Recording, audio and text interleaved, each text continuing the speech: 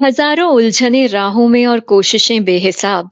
इसी का नाम है जिंदगी। चलते रहिए जनाब। नमस्कार, मैं हूं सुषमा, लेकर आई हूं बातें दिल की।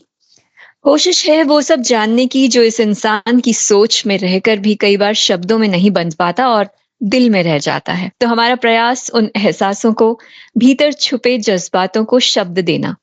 तो आज की कोशिश को पंख लगाते हैं। तकनीकी मार्गदर्शन और एपिसोड निर्माण में मेरे सहयोगी हैं ओम प्रकाश शर्मा। निराशा में आशा की जोत जगा देते हैं, असंभव को भी संभव बना देते हैं। उनकी सेवा भावना ही कुछ ऐसी होती है कि हम उन्हें धरती पर भगवान की जगह देते हैं। तो आज इन्हीं पंक्तियों पर खरी उतरने वाली शख्सियत हमारी मेहमान है, doctor Ruchi Gupta, senior most female cardiologist of Rajasthan, चिकित्सा गौरव से सम्मानित, जो एस आर कल्ला हॉस्पिटल में हेड ऑफ कार्डियोलॉजी हैं। नमस्कार डॉक्टर रुचि गुप्ता। नमस्कार। The most modest and respected profession in society, doctor, जिसका दिलासा एक मरीज के चेहरे की चिंता को मुस्कान में बदल देता है। तो समाज में मुस्कुराहटें बिखेरने का ये जो ख्वाब है, क्या आपने किसी से प्रेरित होकर देखा? सवाल बहुत अच्छा है सुषमा जी।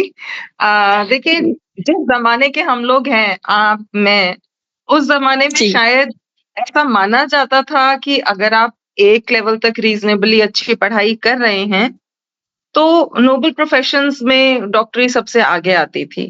तो बिल्कुल। कोशिश यही रहती थी कि अगर अपन कर सकते हैं, तो डेफ़िनेटली करें। मेरा जन्म और मेरी स्कूलिंग और कॉलेज हरियाणा के एक गवर्नमेंट कॉलेज में हुई है। रहना भी वहीं का था क्योंकि मेरी मदर प्रोफ़ेसर रही हैं गवर्नमेंट कॉलेज में। तो I okay. Was surrounded by all academicians. पढ़ाने वाले टीचर्स भी आस-पास रहते थे। उनके बच्चे जो बहुत अच्छा कर रहे थे, वो भी आस-पास रहते थे।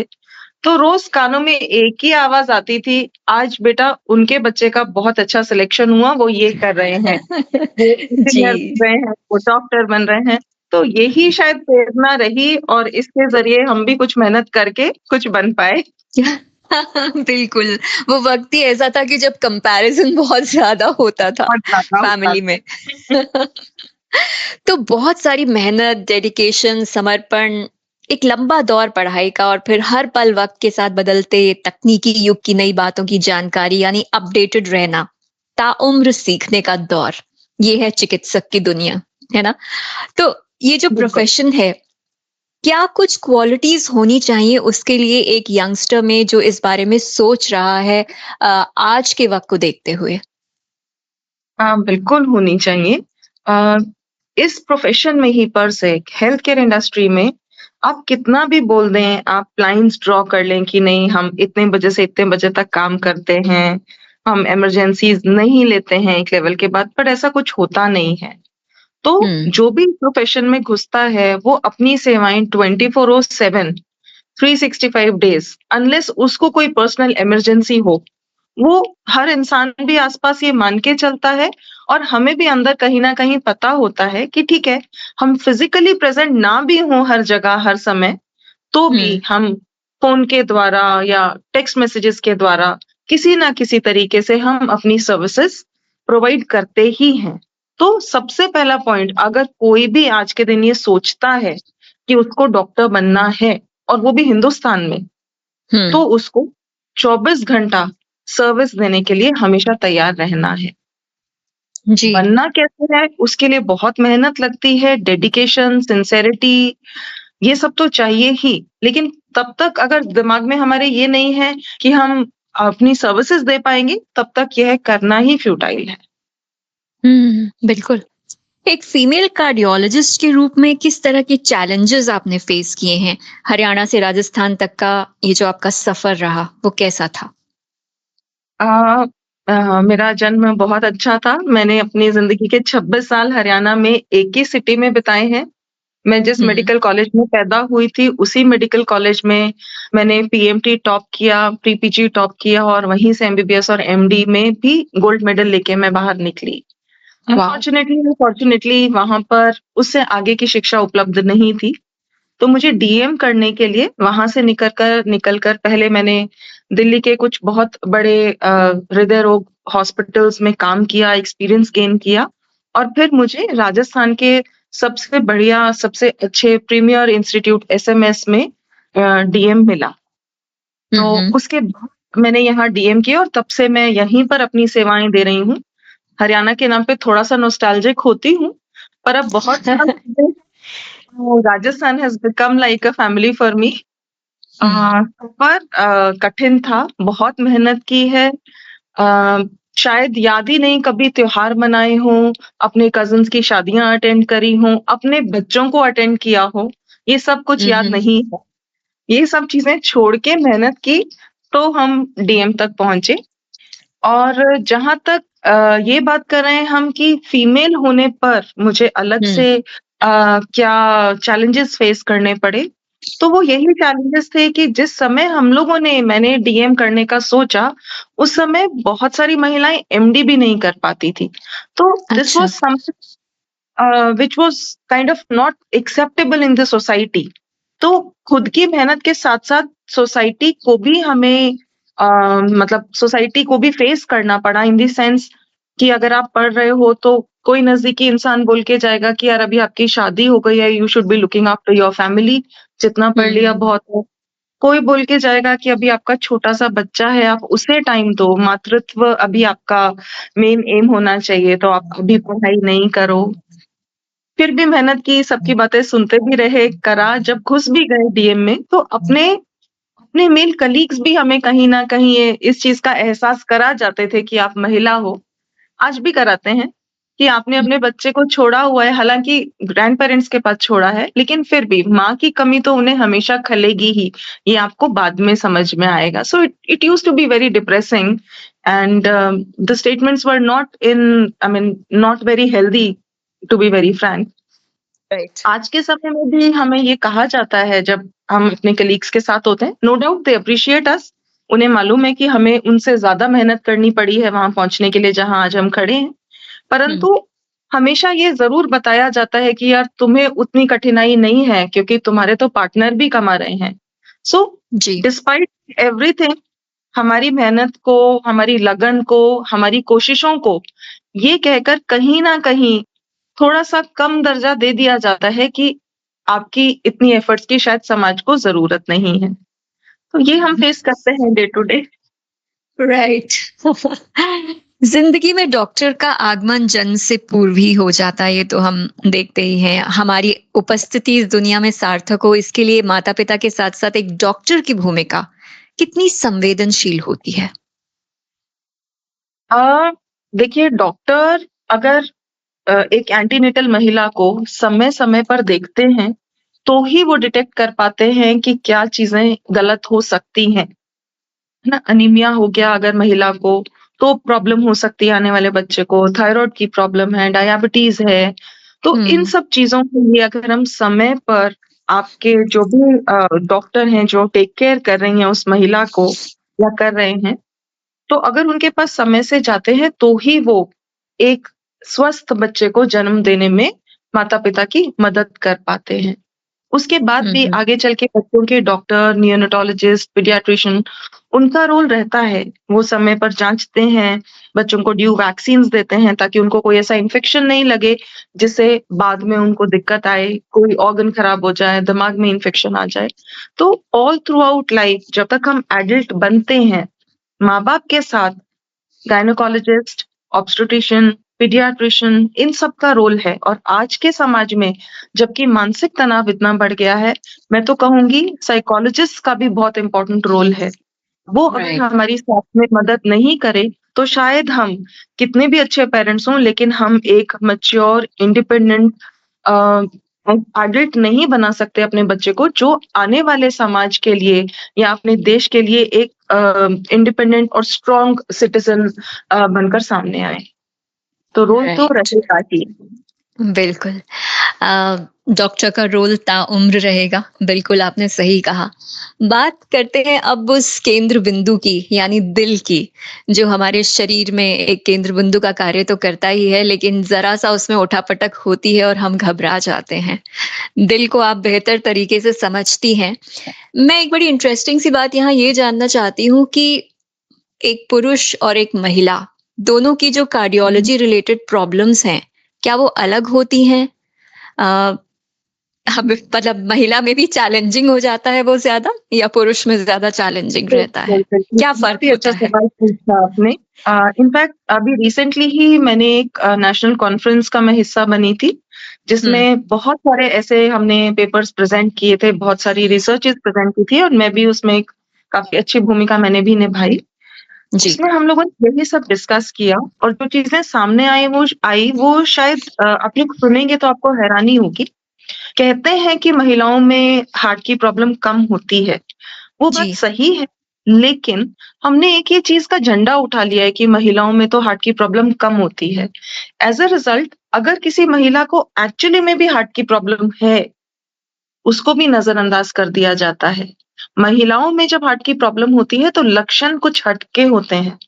उन कुछ अच्छा, लक्षणों को अक्सर हम मानसिक तनाव, एंग्ज़ायटी का नाम दे देते हैं और उनको सही समय पर अस्पताल ना तो हम ले जाने के लिए तैयार होते हैं और ना वे खुद इस चीज़ को समझ पाती हैं कि यस, उन्हें हार्ट की प्रॉब्लम हो सकती है। बिकॉज़ आप भी महिलाएँ आप समझती हैं कि हम सभी कार्यों को इम्पोर्टेंस पहले देते हैं और महिलाएँ अपने आप को सबसे लास्ट में रखती हैं।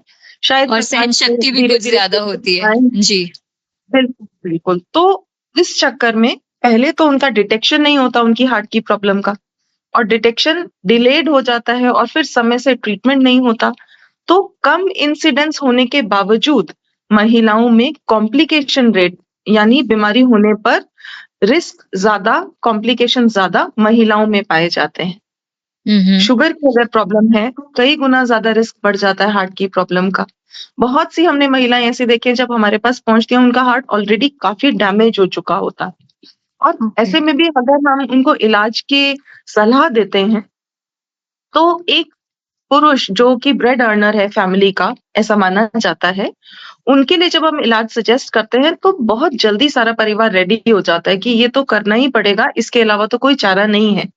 हुँ, इसी प्रकार से अगर हम एक इलाज महिला पेशेंट को बताते हैं, तो बहुत समय लगता है हम लोगों को उनकी फैमिली को कन्विंस करने के लिए क्योंकि अभी तो सरकार ने इतनी सारी स्कीम्स बना दी हैं। बहुत कम जी। ऐसे मरीज़ होते हैं जिनको शायद पैसा देना पड़ता है इलाज के लिए, फ्री में ही हो जाता है। हुँ, लेकिन अगर किसी को पैसा देना पड़ता है तो डेफ़िनेटली महिला पेशेंट के लिए पूरा परिवार सोचता है कि हार्ट डिज़ीज़ का इलाज कराने में हम इतने पैसे लगाएँ, तो हुँ, बूढ़ी हो गई हैं, इतना पैसा लगाने का कोई फ़ायदा होगा या नहीं? तो I really want to thank our government यहाँ पर कि जी। उन्होंने जो चीज़ बनाई है, आई थिंक इससे महिला पेशेंट्स का ज़रूर बेनिफिट हो रहा है क्योंकि परिवार को पैसे नहीं देने पड़ते, तो शायद वो थोड़ा-सा और जल्दी रेडी होने लगे हैं ट्रीटमेंट के लिए। वरना उनको मनाना महिला पेशेंट के इलाज के लिए बहुत मुश्किल होता था और ये हुँ। कॉम्प्लिकेशंस भी ज़्यादा होती हैं। चलिए आपकी बातें सुनकर जो भी महिलाएँ आपको सुन रही हैं, वो इस बारे में और कॉन्शियस बनेंगी और अपनी हेल्थ पर और ध्यान देंगी, तवज्जो देंगी, ये हम मानते हैं। बात करें गाँव की, कस्बा, नगर, महानगर, हर जगह एक केयरटेकर की भूमिका निभाता है डॉक्टर। आज भी लेकिन अच्छा इलाज गाँव, कस्बों तक क्या पहुँच पाया है? आप क्या मानती हैं? देखिए पहुँच रहा है पर गति थोड़ी धीरे है। उसका हुँ, कारण ये भी है कि बहुत सारे लोग, जिनमें से मैं भी एक हूँ, अगर हमें चॉइस दी जाती है तो हम एक अच्छे शहर में सेटल होना चाहते हैं। राइट। अपने बच्चों की स्कूलिंग के लिए, बेटर फैसिलिटीज़ के लिए एक अच्छी सिटी जो हो कंफर्टेबल हो, एंटरटेनमेंट की चीज़ें हों, इन सब को देखते हुए सभी लोग सिटी में रहना चाहते हैं। तो हुँ, गाँव में वही लोग रह रहे हैं, डॉक्टर्स भी इंक्लूडेड हैं, बाकी प्रोफेशनल्स भी, जिनकी या तो रूट्स वहाँ की हैं, हुँ, those who can relate to those places वो खुशी से वहाँ जाते हैं। वो अपने जी। मन से जाते हैं और उन्होंने वहाँ पर बहुत बड़े-बड़े अस्पताल भी खोले हैं, इंडस्ट्रीज़ भी लगाई हैं और उनके ज़रिए वहाँ पर डेवलपमेंट भी हो रही है उन गाँव में, छोटे कस्बों में और हेल्थ फैसिलिटीज़ भी वहाँ पर पहुँची हैं। लेकिन बाकी जो लोग, जो मजबूरी में जाते हैं, जिन्हें लगता है कि आज के दिन हमें शहर में एक अच्छा कोई स्टेबल जॉब नहीं मिल रहा है, तो हम तब हुँ। तक किसी गाँव में काम कर लें। वो ना तो वहाँ स्टेबल हो पाते हैं और ना ही मुझे लगता है उतनी अच्छी सेवाएँ भी दे पाते होंगे कि कुछ इम्प्रूवमेंट हो पाए उस एरिया में। जब स्वयं मानसिक रूप से संतुष्ट नहीं होंगे तो कार्य में वो बिल्कुल। नहीं आएगा।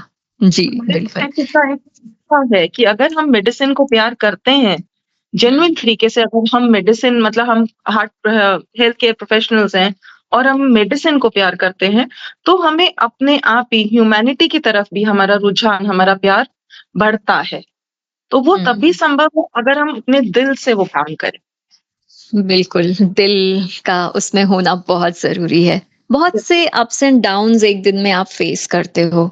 जब आप किसी को ठीक कर देते हो तो उस चेहरे की खुशी और उन आँखों का शुकराना, और जब कोई ठीक नहीं हो पाता तो उस क्षण का दर्द। तो कैसे फेस करते हैं डॉक्टर्स इन भिन्न-भिन्न परिस्थितियों को? दे आर क्वाइट बहुत चैलेंजिंग थिंग्स फॉर यू। बहुत ज़्यादा दिक्कत भी होती है कई बार। अ, देखिए इलाज हम अपनी तरफ से बेस्ट देने की कोशिश करते हैं अपनी समझ के अनुसार। हुँ, ऐसा कोई 100% का क्राइटेरिया ना तो आज तक बना है, ना बन पाएगा। तो हर डॉक्टर अपनी क्षमता के अनुसार जो भी सबसे बेहतर इलाज उसकी समझ में उन सर्कमस्टेंसेस में आता है, वो करने की कोशिश करते हैं। फिर भी हुँ, बहुत सारे मरीज़ ठीक नहीं हो पाते या हमारी तरफ से मरीज़ इम्प्रूव कर भी रहा होता है, तो भी फैमिली को ऐसा लगता है कि जितना अच्छा ट्रीटमेंट वो एक्सपेक्ट कर रहे थे, उतना अच्छा उन्हें नहीं मिला या जी, मरीज़ हैप्पी नहीं है या अटेंडेंट्स हैप्पी नहीं है। तो हमें बहुत सारे पेशेंट्स और मरीज़ मिलते हैं ऐसे जो बहुत खुश होकर जाते हैं, दुआएँ देकर जाते हैं। But at the same time कुछ ऐसे भी मिलते हैं जो हमसे नाखुश होकर जाते हैं। चाहे उन्हें इलाज पसंद नहीं आता या कभी रेयरली बहुत कुछ ऐसे सर्कमस्टेंसेस होते हैं कि उनके मरीज़ बहुत सिक होते हैं, तो हम उन्हें बचा भी नहीं पाते। ऐसा जी। डेफ़िनिटली होता है। बहुत सारे अटेंडेंट समझदार हैं, जिन्हें ये चीज़ समझ में आ जाती है कि डॉक्टर अपनी तरफ से कोशिश कर सकता है, सब कुछ उनके हाथ में नहीं होता। हमें हुँ, भी दुःख होता है जब किसी मरीज़ को हम नहीं बचा पाते, स्पेशली जिनके साथ परिवार जुड़ा हुआ होता है, किसी की माँ है, पिताजी हैं, कभी-कभी यंग पेशेंट्स भी होते हैं। दिन खराब जाता है हमारा, हमें भी बुरा लगता है, पर हमें एक स्टेज पर आके अपने जो ये एम्पैथेटिक एटीट्यूड होता है, इसको थोड़ा-सा बैक फुट पे रखना पड़ता है। क्योंकि अगर हम हुँ, बहुत ज़्यादा कनेक्ट हो जाते हैं, तो हमारा रिस्क टेकिंग एटीट्यूड कम हो जाता है। हम इतना अपने अंदर फ़ियर पाल लेते हैं कि जिन केसेज़ में हमें पता भी होता है कि इन केसेज़ के अंदर बचने के चांसेज़ मरीज़ के केवल 10% है, 90% शायद नहीं भी बचे, फिर भी हम उन केसेज़ में हाथ डालते हैं, क्योंकि हम उस हुँ। 10% की बेनिफिट उस मरीज़ को देना चाहते हैं। लेकिन अगर हम बहुत ज़्यादा फैमिली से कनेक्ट हो जाएँ या बहुत ज़्यादा एम्पैथाइज़ करने लग जाएँ, तो हम वो कोशिश नहीं कर सकते। तो ये हमें धीरे-धीरे बिल्ड करना पड़ता है अपने अंदर प्रैक्टिस में रहकर, कि हम मरीज़ को मरीज़ की तरह देखते हैं, फैमिली से उनकी प्रॉब्लम्स को समझते हैं, उसको अपने ट्रीटमेंट मोडालिटीज़ में उनके इंटरेस्ट को ध्यान में रखते हुए इंक्लूड करते हैं, but at the end of the day हमारी कोशिश यही रहती है कि हमारा जो फर्स्ट मोटिव है वो यही है कि मरीज़ के लिए जो हम बेस्ट कर पाएँ, वो करें। बिल्कुल। और हमें याद आता है इस वक़्त में कोरोना काल, जब पीपीई किट पहनकर कोरोना वॉरियर्स की भूमिका निभाई डॉक्टर्स ने। तो सलाम हमारा ऐसे सभी अतुलनीय सेवा भाव वाले डॉक्टर्स को। उस वक़्त के कुछ ख़ास एक्सपीरियंसेस आप शेयर करना चाहेंगे? अ, हाँ, जो बिल्कुल शुरुआत की बात थी जब कोरोना में एक बार कंप्लीट लॉकडाउन होने के बाद 21 डेज़ के बाद गवर्नमेंट की गाइडलाइंस आई थी कि नहीं अब हमें डॉक्टर्स की ज़रूरत है, तो अब आप हुँ, हॉस्पिटल्स और क्लिनिक्स को खोलिए। जी, जब हम लोगों ने खोलना शुरू किया था, उस समय पूरे समाज में, पूरे वर्ल्ड में एक डर का माहौल था। हम लोग भी डरे हुए थे, क्योंकि तब बहुत तक डरे इतना हुए कुछ थे। समझ में नहीं आया था कि ये किस तरफ जाएगा, क्या टर्न लेगा। हुँ, हम डरे हुए थे। हमें ये चीज़ पता थी कि ये रेस्पिरेटरी ट्रैक इन्फेक्शन है, तो एट लीस्ट हमें प्रिवेंशन करने का तरीका मालूम था। हमें ये ओके। पता था कि हम अपने को किस तरीके से बचा सकते हैं। मतलब मीडिया में तो बहुत सारी चीज़ें आ रही थी। जैसे बहुत सारे लोगों ने अपनी खिड़की-दरवाज़े परमानेंटली बंद कर दिए थे। लेकिन हुँ, हमें ये चीज़ मालूम थी कि fresh air will help us, और अगर हल्का-हल्का इनोकुलम हमें ऐसा सड़क पे घूम रहे हैं, कुछ मिल रहा है, तो उससे हमारी बॉडी की इम्यूनिटी और बेटर हो जाएगी, हम तैयार हो जाएँगे इन्फेक्शन को फाइट करने के लिए। ऐसे में हम लोगों ने अपने क्लिनिक खोले, येस पीपीई किट पहना, पूरे स्टाफ को पीपीई किट दिया। उस समय ग्लव्स और सैनिटाइज़र्स हम लोगों ने ब्लैक में खरीदा। पेशेंट्स की अच्छा। पेइंग कैपेसिटी घट गई थी, पेशेंट्स पे नहीं कर पाते थे because they were not earning. And hmm, we had to spend more money on running our clinics and hospitals, creating a zone where जो आ रहा हुँ, है उसे भी लगे कि हाँ कंफर्टेबल है। हर पेशेंट को देखने के बाद हम ग्लव्स चेंज करते थे। पूरे एरिया को सैनिटाइज़ किया जाता था, क्रॉस वेंटिलेशन का ध्यान रखा जाता था। इवन चेयर्स हुँ। तक को सैनिटाइज़ करते थे हर पेशेंट के बाद। तो जी। इन सब चीज़ों में हमने अपने ऊपर भी रिस्क लिया, हमारे स्टाफ ने भी रिस्क भी लिया और हमारा सहयोग भी किया। तो ऐसे में ही एक डॉक्टर भी मेरे पास अपनी मदर को लेके आए थे, बेचारे खुद क्रिटिकल केयर में काम कर रहे थे। 4-4 दिन हुँ। घर नहीं आते थे, पूरी गाड़ी में उनके सामान भरा रहता था क्रिटिकल केयर का। हुँ। उनकी मदर को डायरिया था, उनका बीपी घटा था। उनको लगा कि इनको हार्ट की प्रॉब्लम है, वो लेकर आए एंड वो डर रहे थे कि पता नहीं देखेंगी या नहीं देखेंगी क्योंकि साँस की प्रॉब्लम हो रही थी उनकी मदर को। तो उस समय ऐसा हुँ। था कि साँस की प्रॉब्लम है तो कोविड हो ही सकता है। तो उस माहौल में हम लोगों ने उनकी मदर का ईसीजी, एको किया और उनको जल्दी से ये बताया कि नहीं हार्ट का सब कुछ ठीक है और बीपी कम हो रहा है तो अपन को फ्लूइड लगाना है, ये सब करना है। तो ही वाज़ वेरी थैंकफुल और ऐसे ही बहुत सारे केसेज़ आए जिसमें पेशेंट को साँस फूलते ही डर लगने लग जाता था और वो डरते-डरते डॉक्टर के पास आते थे। कई बार बताते भी नहीं थे कि हमें साँस की हुँ। प्रॉब्लम है कि पहले वो हमें देख लें, एक बार चेकअप हो जाए उसके बाद हम बताएँगे कि हमें साँस में भी कोई दिक्कत है। जी, कभी-कभी बहुत ही ऐसा होता था कि किसी पड़ोसी को पता चल गया कि आज हमारी क्लिनिक पे या हमारे हॉस्पिटल में कोई ऐसा पेशेंट आया है जो सस्पेक्टेड था, तो वो लोग पूरे एरिया में फैला देते थे कि आज इनके पास सस्पेक्टेड पेशेंट आया था, तो इनसे भी दूर हो जाइए। तो सब कुछ फेस जी। पर थैंकफुली हुँ। सब सही हो बढ़िया निकल गए। बिल्कुल वॉरियर्स की तरह डॉक्टर्स ने काम किया और बहुत से ऐसे डॉक्टर्स भी मुझे याद हैं कि जो नहीं रहे, उस वक़्त में चले गए। जी, जी, जी। लेकिन हाँ, हाँ, एक हाँ। बहुत महान काम किया है उस वक़्त डॉक्टर्स ने।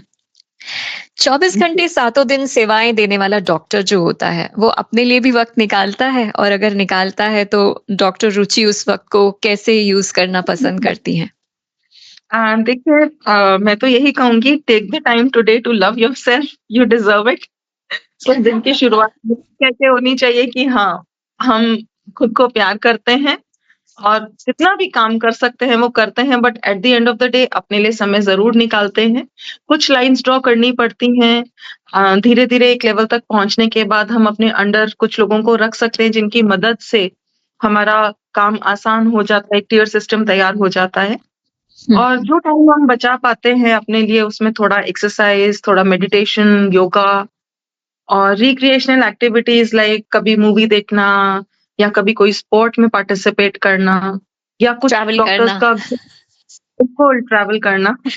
तो ये सब करते ही हैं हम अपनी रिलैक्सेशन के लिए कुछ अच्छी बुक्स पढ़ना और कभी हुँ। मन होता है तो कुछ एकेडमिक काम भी करना, जो भी इससे हटकर ही रहता है जब हम पेशेंट नहीं देख रहे होते तो कुछ आर्टिकल्स नए पढ़ना, कुछ लिखना, ये सब करते हैं। राइट। कुछ देर पहले आपने एम्पैथी की बात की थी, रोगी के परिवारजन की बात की थी, तो बहुत सी उम्मीदें होती हैं एक मरीज़ की और उसके परिवार की जब वो एक चिकित्सक के पास आता है। आपकी क्या बिल्कुल। एक्सपेक्टेशंस रहती हैं उनसे? देखिए मेरा ऐसा मानना है कि एक डॉक्टर कभी भी किसी मरीज़ को उसकी जाति या धर्म से उसका परिचय नहीं लेता है और उसके लिए सभी मरीज़ समान होते हैं और सम्मानजनक होते हैं। सो मुझे ऐसा लगता है कि जब हमारे पास मरीज़ आएँ, तो वो भी हमें सिर्फ़ एक डॉक्टर की नज़र से देखें। हमारा यही एक्सपेक्टेशन होता है कि वो जब डॉक्टर के पास आएँ, तो उनको ये माने कि हाँ, वो डॉक्टर के पास ही आए हैं। उनको और किसी भी चीज़ से कुछ लेना-देना नहीं होना चाहिए कि हम किस जाति को बिलॉन्ग करते हैं या हमारा सोशल सर्कल क्या है या हम अपने फ्री टाइम में क्या करते हैं। और सेकंडली ये भी ज़रूरी है कि वो हम पर विश्वास करें। ट्रस्ट हुँ। बिल्डिंग हालाँकि बहुत बड़ी चीज़ है और मेरे को लगता है कि 1 घंटा हम पूरा लगा सकते हैं अगर हम इस विषय में बात करें। हुँ, लेकिन हुँ। जब डॉक्टर के पास मरीज़ आए, तो इतना विश्वास वो ज़रूर रखें कि अगर हम उन्हें कुछ बता रहे हैं, तो वो उसको उस विश्वास के साथ ही समझें, एक्सेप्ट करें और फिर आगे बढ़ें। तो ये 2 चीज़ें हैं जो मैं बहुत कहना चाहूँगी बार-बार कि एक तो हमें किसी एक ग्रुप के साथ नहीं जोड़ा जाए। क्योंकि हुँ। हम हमारा और मरीज़ों का रिश्ता यही है। हर मरीज़ हमारे लिए बराबर है, तो डॉक्टर भी बराबर होना चाहिए। और दूसरा जब हमारे पास आएँ, तो विश्वास के साथ ही आएँ। अविश्वास का दिमाग में अगर छोटा-सा भी अंश होता है, तो वो इलाज हुँ। ना तो प्रॉपर्ली ले पाते हैं और ना ही शायद उतना अच्छा इलाज हम दे पाते हैं। बिल्कुल, तो विश्वास का ये सेतु बहुत आवश्यक है। बहुत कुछ बदल रहा है, तेज़ी से बदलता हुआ युग है, बहुत कुछ नया हर पल आ रहा है हमारे सामने, वो भी गति से। तो एक स्वस्थ शरीर में स्वस्थ दिल हो, क्या कोशिशें हो हमारी उम्र के अनुसार? क्योंकि आपने देखा है कि आजकल बहुत यंग एज में भी वो सब कुछ हो रहा है जो हम एक्सपेक्ट ही नहीं कर पाते और मेरे सामने कई से ऐसे एग्ज़ाम्पल हैं जिसमें डॉक्टर्स भी शामिल हैं, मतलब खेलते जी, हुए या एक्सरसाइज़ जी, करते जी। हुए तो ये क्यों सिनेरियो बदल रहा है? और अगर बदल रहा है तो इस बदलते सिनेरियो के साथ हमें किस तरह से अपने आप को स्वस्थ रखना है? बिल्कुल सिनेरियो में काफ़ी चेंजेस आ रहे हैं। अब यंग एज में भी हार्ट की प्रॉब्लम्स आती हैं और जब यंग एज में प्रॉब्लम आती है क्योंकि पहले से हार्ट कंडीशन नहीं होता, तो वो कैटास्ट्रोफिक होती है मतलब उसमें मृत्यु के चांसेस ज़्यादा होते हैं। क्योंकि आप खुद ही बता रहे हैं कि डॉक्टर्स के साथ भी ऐसा हो रहा है, तो इसका हुँ, मतलब ज़रूर कुछ ऐसी चीज़ें हैं जिनको मापा नहीं जा सकता। जो हम कुछ चेकअप्स करते हैं, उनमें भी पकड़ में नहीं आती हैं चीज़ें। चेकअप के नाम पे जैसे हमने कोलेस्ट्रॉल चेक कर लिया, बाय चांस बढ़ा है तो हमने दवाई दे दी। शुगर चेक कर लिया, ब्लड प्रेशर चेक कर लिया। चलिए हमने सालाना रूप से ईसीजी, इको भी करवा लिया और टीएमटी भी करा लिया। सब हुँ, चीज़ें ठीक आई। ये भी हमें 100% गारंटी नहीं देती। ये हमें ट्यू टू द ट्यून ऑफ 90% तक ये हमें एक काइंड ऑफ गारंटी देती हैं कि ये सब चीज़ें ठीक है, तो हमें कोई ऐसी जानलेवा हार्ट अटैक आने का रिस्क 90% तो नहीं है। अब वो 10% का ही खेल है सारा। अब वो जो हुँ, 10% है, वो क्या-क्या कारण हो सकते हैं? कुछ नए इमर्जिंग रिस्क फैक्टर्स हैं, जिनके बारे में अभी हमारे पास बहुत सारी डिटेल्स नहीं है और ना ही उनके टेस्ट अवेलेबल हैं। जैसे हम डेंटल वाले पेशेंट्स होते हैं, जिनके गम में डिज़ीज़ है, इन्फेक्शन है, हुँ, माइकोप्लाज़्मा है, उसमें हार्ट अटैक्स नोन है। बट ऐसा अभी तक कोई मापदंड सेट नहीं हुआ कि हम हर जिंजिवाइटिस वाला मरीज़ जिसके मसूड़ों में इन्फेक्शन है, हम उसको पहले से हार्ट की दवाइयाँ देना शुरू कर दें, ऐसा कुछ नहीं है। सिमिलरली एयर पॉल्यूशन एक इमर्जिंग रिस्क फैक्टर है। तो हुँ, उसका तो हमारे पास कोई क्राइटेरिया नहीं है कि हम कहें कि ये जो कुछ लोग हैं जिनका रोज़ का काम पॉल्यूटेड एरिया में रहना है, जिनका जो कोशंट है इन्हेल करने का पॉल्यूटेड पॉल्यूटेड एयर वो बहुत ज़्यादा है, तो हम उनको पहले से कुछ प्रिवेंशन दे दें, ऐसा संभव नहीं हो पाता है। तो ये हुँ, कुछ चीज़ें ऐसी हैं जो नए इमर्जिंग रिस्क फैक्टर्स हैं, जिन पे हमारा ज़ोर अभी तक तो चलना शुरू हुआ नहीं।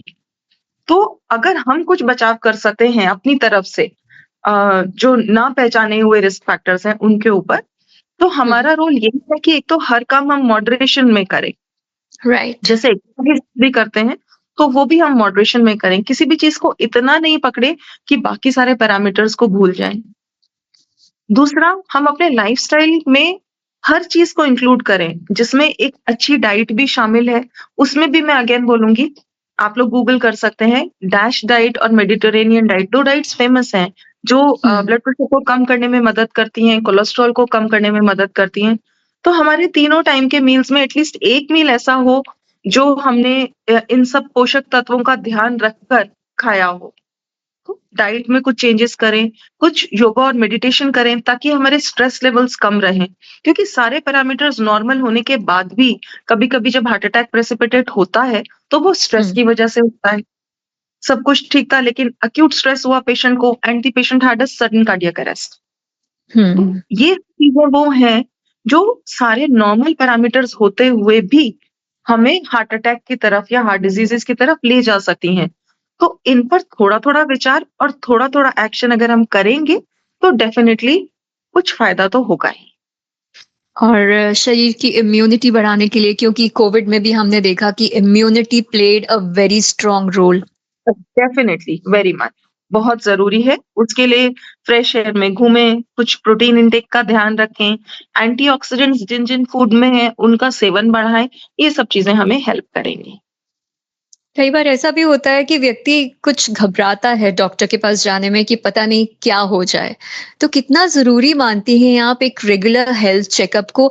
आई थिंक इसको लेकर एटलीस्ट इंडियंस इतने कॉन्शियस नहीं हैं आज के वक़्त में भी। हाँ, बिल्कुल व्हाट डू यू नहीं, थिंक? क्योंकि इंडियंस के दिमाग में ये रहता है कि अगर हम डॉक्टर के पास चले गए, तो वो ज़बरदस्ती बीमारी ढूँढकर ज़बरदस्ती इलाज कर देंगे। हुँ, उन्होंने शायद बाकी कंट्रीज़ देखे नहीं हैं, जहाँ पर एक कार्डियोलॉजिस्ट की अपॉइंटमेंट कम से कम 3 महीने के बाद मिलती है और एक जनरल राइट। फिजिशियन के अपॉइंटमेंट में भी 1 महीना लग जाता है। यहाँ पर हिंदुस्तान का हेल्थ केयर सिस्टम इस हद तक अच्छा है कि विदिन 24 आवर्स आपको किसी भी स्पेशलिटी के डॉक्टर अगर ज़रूरत है, तो वो अवेलेबल हो जाते हैं। और हुँ, शायद इसमें क्योंकि वो मरीज़ों को देख लेते हैं तुरंत, तो मरीज़ों को डॉक्टर्स की इम्पोर्टेंस कम होती जा रही है, स्पेशली सिटी के डॉक्टर्स की और सिटीज़ के जो पेशेंट हैं। गाँव में अभी भी आसानी से डॉक्टर नहीं मिलता है, तो मरीज़ आता है, लेकिन गाँव का मरीज़ तभी आता है जब उसको तकलीफ होती है। हुँ, रेगुलर हेल्थ चेकअप की बात करते हैं, वो जनरली हम उस क्लास की बात करते हैं जिनको इस चीज़ की समझ है।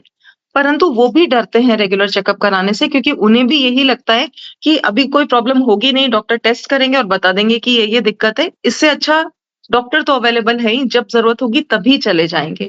मतलब हुँ, हम लोग अपॉइंटमेंट देते हैं, हमारे यहाँ से कॉल जाता है पेशेंट को कि आपका अपॉइंटमेंट ड्यू है, तो हुँ, पेशेंट्स का जवाब ये होता है कि अभी हम ठीक हैं, जब ज़रूरत होगी तो आ जाएँगे। ये राइट। माइंडसेट है जो शायद धीरे-धीरे चेंज होगा।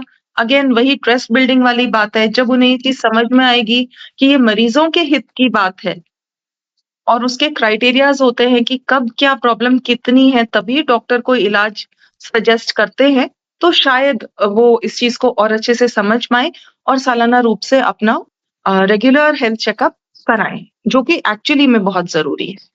बहुत ज़रूरी है और एक बहुत इम्पोर्टेंट भूमिका प्ले करता है। एग्ज़ैक्टली। जब कोई कहता है थैंक यू डॉक्टर, कितना सार्थक लगता है तब इस प्रोफ़ेशन को अपनाना क्योंकि वो एक वाक्य नहीं शायद बल्कि संवेदनाओं से भरे शब्द होते हैं, भाव होते हैं।